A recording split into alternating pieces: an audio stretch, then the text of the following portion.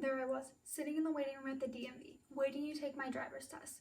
I felt anxious, nervous, scared. Every possible thing was going through my mind. What happens if I hit the curb? What happens if I don't stop in the right spot? The next thing I knew, my name was being called, and we were headed out for the road. Thoughts still going through my head, but at times, thinking back to when I was younger and the excitement of actually driving. When the test was finally over, I'm sitting there waiting for the instructor to tell me if I passed or not. My face as red as a tomato.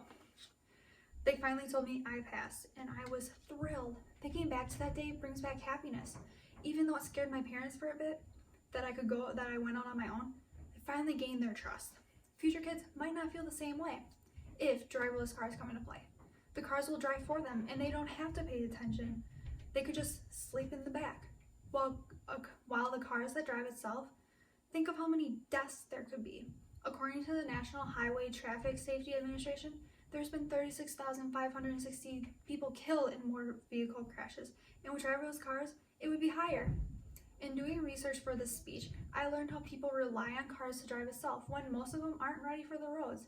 Today I will talk to you about how cars aren't ready for other state roads, how people are losing jobs, and how people are lazy. Let's start by looking at how cars aren't ready for different state roads. When people drive cars, they know what the speed limit or the regulations are. But with driverless cars, they only know what they're programmed for. I took a survey of people who I work with and asked them if they've ever gotten a speeding ticket. All of them said yes. With driverless cars being programmed to the road, all the speeding tickets and speeding limits will go away. Imagine in our area with the road and weather conditions. The car wouldn't know how to react to the situation leading to the accident. They will also be going different speed limits in all the different lanes, especially on the highway. According to the Milwaukee Journal Sentinel, I-94 North-South Freeway, they're widening the lanes from 3 to 4 just so they can show the different monitoring and let vehicles that handle the duties of driving itself actually drive in those lanes. So what if people decide to go in that lane that's meant for driverless cars? What will happen? What if people from other states come and didn't know about this? They could cause accidents with the speed that's different or the lack of reaction. If I was driving this highway every day, I would be scared because driverless cars would go its own speed and they're more cautious and they stop rapidly. While the car might not know the way of the road, let's talk about people losing jobs. Uber, taxi, Lyft, and many more people are picking up people to bring them where they need to go and dropping them off. I use Uber every time I go to a concert, or I'm in a big city and I have no idea where I'm going. When requesting an Uber, my friends and I want a car to ourselves. As explained by Daniel Volk, the car you call from your phone might not have a driver, and the vehicle arriving could be transporting other passengers heading in the same direction. Imagine what that would be like, being picked up by a car with no driver. That's scary. It might not even pick you up in the right spot, or it could take you to the wrong place. Some of my friends work for these companies, and they do it as a side job to help pay for rent, utilities, and groceries. Combining these driving companies, over $5.2 billion would be lost each year from the government. A tip of a month for a driver is $364, and that's enough to pay for utilities and groceries, and maybe some rent.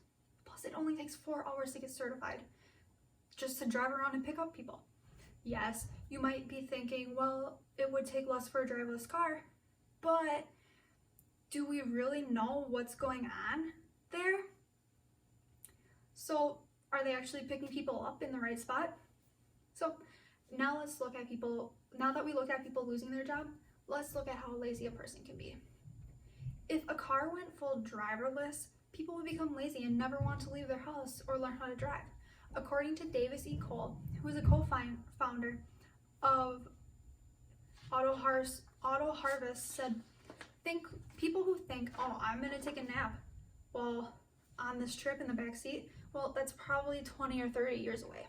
Imagine falling asleep in the back of a driverless car, and in front of you, a car starts swerving because a semi tipped over.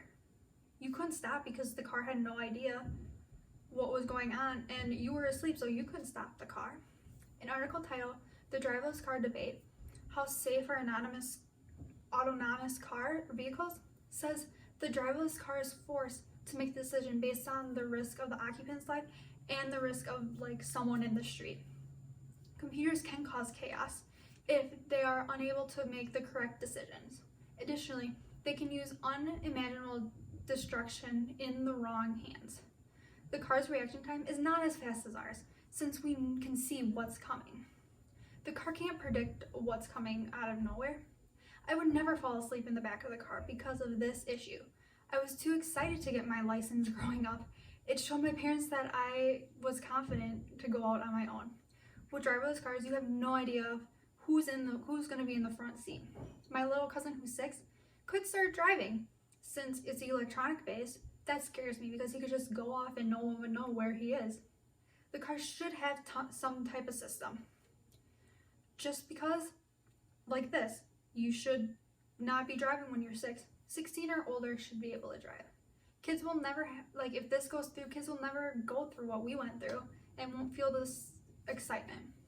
Today I've shown you that driverless cars can affect the safety of a person and the person driving it, or take away a job from someone who needs the money. It's difficult to show your excitement for driving and gaining trust until you've actually gone through it. Looking back at when I got my license, I was excited, and that's something you can never go through or take away from a person. This is why focus on technology not being up to par, losing jobs, and a person being lazy. This is why driverless cars should not exist, because someone could die or the car could go through a difficult time.